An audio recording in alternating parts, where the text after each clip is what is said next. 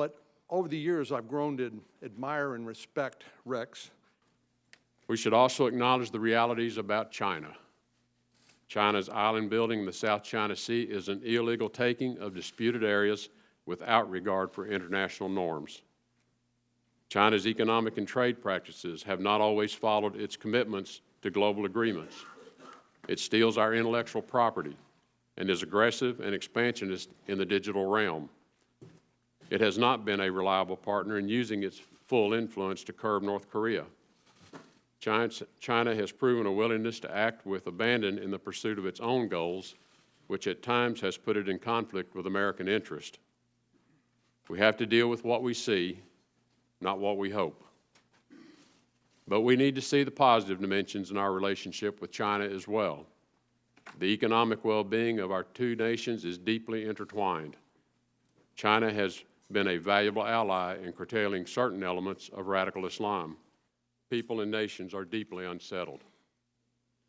We face considerable threats in this evolving new environment. We must also be clear-eyed about our relationship with Russia. Russia today poses a danger, but it is not unpredictable in advancing its own interest. It has invaded the Ukraine, including the taking of Crimea, and supported Syrian forces that brutally violates the laws of war. Our NATO allies are right to be alarmed at a resurgent Russia. But it was in the absence of American leadership that this door was left open and unintended signals were sent. We backtracked on commitments we made to allies. We sent weak or mixed signals with red lines that turned into green lights. We did not recognize that Russia does not think like we do. What would you have done or recommended to have been done to prevent Russia from doing what it did?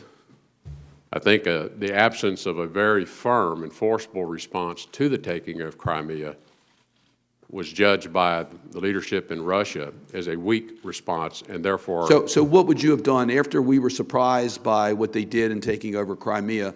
What should the U.S. leadership have done in response to that we didn't do?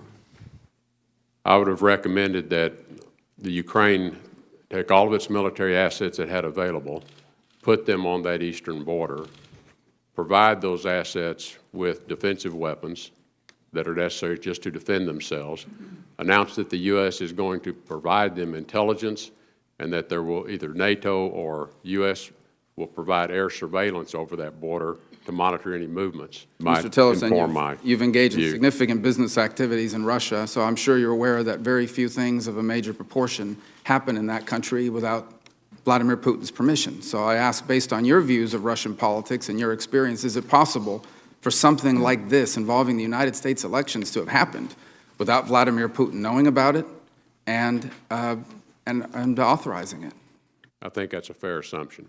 That he would have Yes. needed to. If confirmed, as Secretary of State.